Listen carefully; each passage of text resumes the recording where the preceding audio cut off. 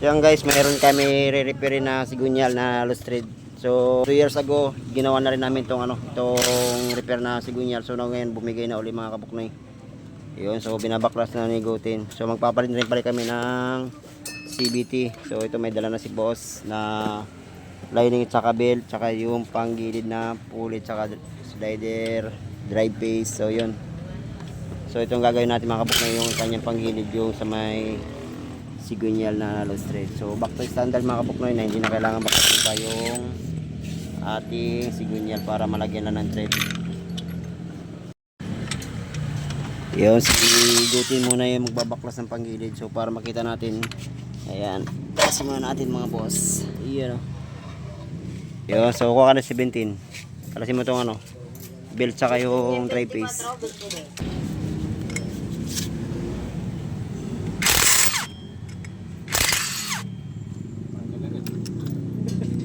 Wala na rin para, lost thread na talaga yan, no?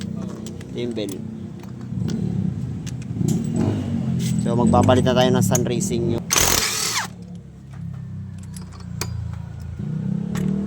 Sama na pag-grab to? Ha? Sama na pag-grab to? Hindi, sa ano yun, sa Shera yan. Ganyan talaga yan, nung binili. Sama na yung yung bell. Grabe yung lining, oh. Dahil sobrang laki ng ng groove. Upa talaga para may kanal, oh. Then guys, so ito na, nakalas na natin yung yung sa may panggilid niya. So stock up na rin yung sa may busing ng mga pulley. Kunin mo kay AJ yung ginamit niya kanina. Tayo mo to, sana yung ginamit mo na pantanggal ng back plate. Array mo, stock up, pagat.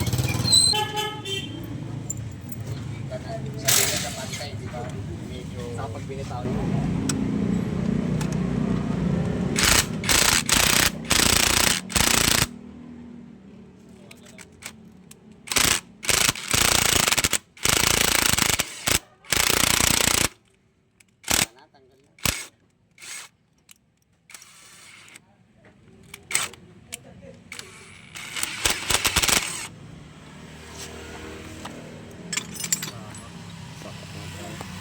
Yan guys, nakalas na natin yung busing sa may pulley niya. So inabot talaga ng kalawang yan guys.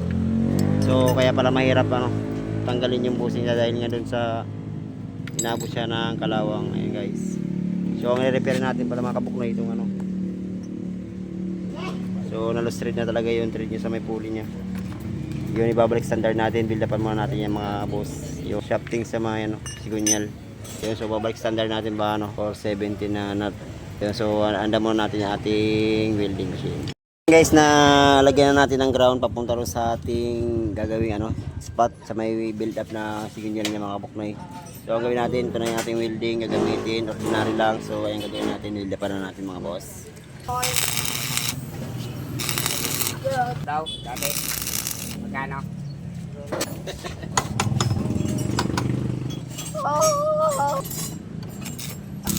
Ako na. Isa Ha? Malagyan ko natin ito. Para yung pinag-grinderan, ganun din, pupunta dyan eh.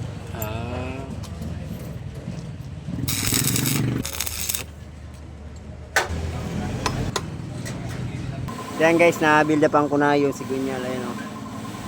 Ayan. So, i-grind na natin yan mga boss.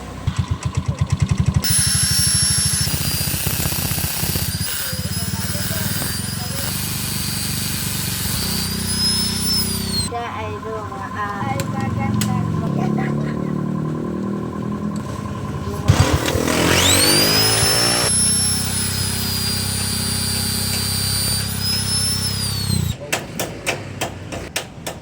May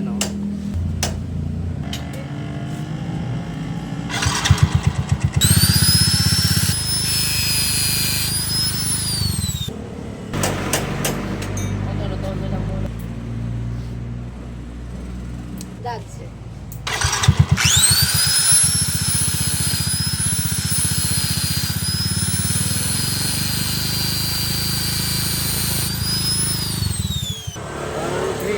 So yan guys, na grind na natin. Ayan o. Kaya so nakuha na natin yung sukat na 12 mm doon sa kanya shafting. So yan guys, so lagyan na natin ng thread yan para malagyan na natin yung standard na nut para doon sa kanyang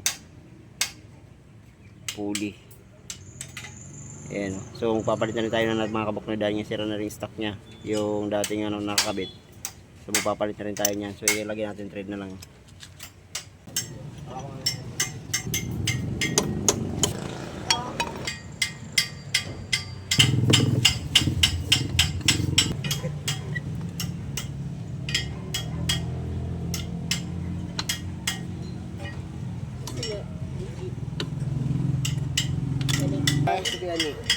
Ayaw mo? Hindi ko naman din naman ako. Gado na kay Busita talagang biyahe ng ano. Oo, nakakaiba. Tapos ganun pa kainin. Hindi na siya gumaling, no? Ano?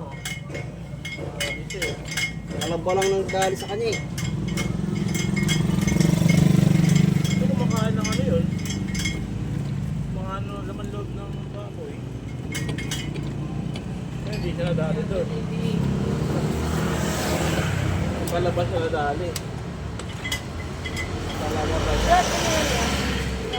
Ano na? Basta weather.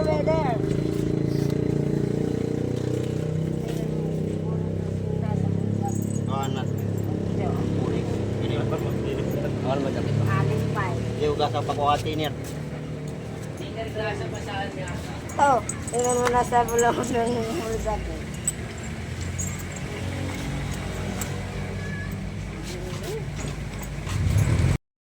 So yan guys, ito na yung ating ginawang build up doon sa kanya sigunyal. Ayan. So ang ginawa natin mga kabuknoy, lagyan natin ng ano ng subo para mas makatibay yung ano natin thread. So yan guys. So, Wala, may eyebags. yeah, so palinisan natin yung panggilid. Ayan yung papalit tayo ng CVT. Ano.